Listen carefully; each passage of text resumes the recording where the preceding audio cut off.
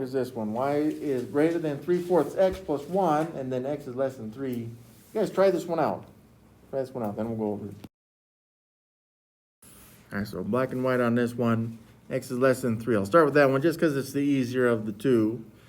And so remember, if you compare this with x equals 3 and made a table out of these values, the only value of x that will make that true ever is 3, right? So you got to make sure your x values are always 3. But the y values don't matter on this, right? So you could say 10, 0, negative 10, 5. Doesn't matter. X is 3. So that'd be your x-intercept there, and then all the other points that we put on there. It doesn't matter which ones you choose, and hopefully you remember now that when you get an x equals equation, then it's a straight up and down line. It has no y-intercept either. Now this line though, it's not equal to 3, which means that it's going to be a dashed line, right? So let's see if we can, well, kind of wavy right there, but again, I just don't feel ashamed about that. So let's make it a dash line though, okay? So some dashiness. It seems like those are, that seems to work better. All right, that's a dash line, by the way. I feel like that's pretty noticeably dashed. Now you could check, just like I'm going to do here, I'm going to test the origin. Okay, so I'm going to test the origin. Yep. I'll test at 0, 0 right there. In the original, right? So that just means I'm replacing the x with 0. So 0 is less than 3. There's my question mark. Yeah, that's true. So since this one's true, then I would be shading on the left side of that line. Again, since I'd be doing this with a pen or pencil, I just kind of make a little bit of a note there that I'm shading on the left side, okay? But now I need to shade that first inequality. Y is greater than 3/4 x plus 1. And this one's going to be nice because we have the slope, which is up 3, then to the right 4. And we also have the y-intercept at 0, 1.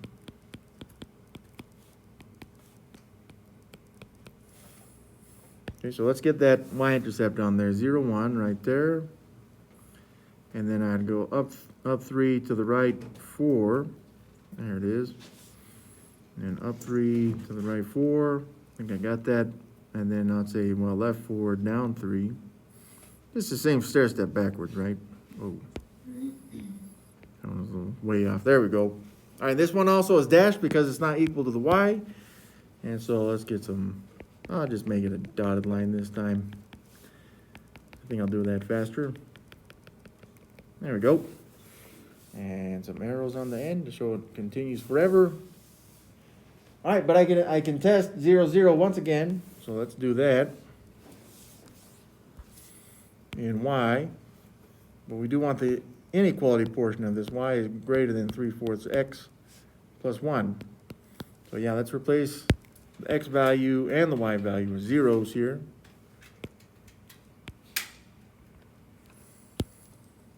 And we're just checking for truthfulness. Okay, so 3/4 times 0, 0. 0 plus 1 is 1. So 0 is greater than 1. Nope, that's false. I almost wrote true right there, but it's false. Okay, which means that I would have to shade the other side of that line. So since I'd say the test point's below, I'm gonna shade above. Again, I'm just showing that it's shading like this, okay? All these values above. And does it look kind of sloppy right now? Yeah, and so is there there's a certain amount of sloppiness with these, especially when you're doing them by pencil. Like if you wanted to erase your stair steps, that'd be fine. But again, I would never say that it'd be required. Now I need to do the actual shading though. And I can see that, yeah, we got some shading in here and some shading in there, but the real shading is where the two cross, right? And that's in this, I don't know, it's not really quadrant, but this area, there we go.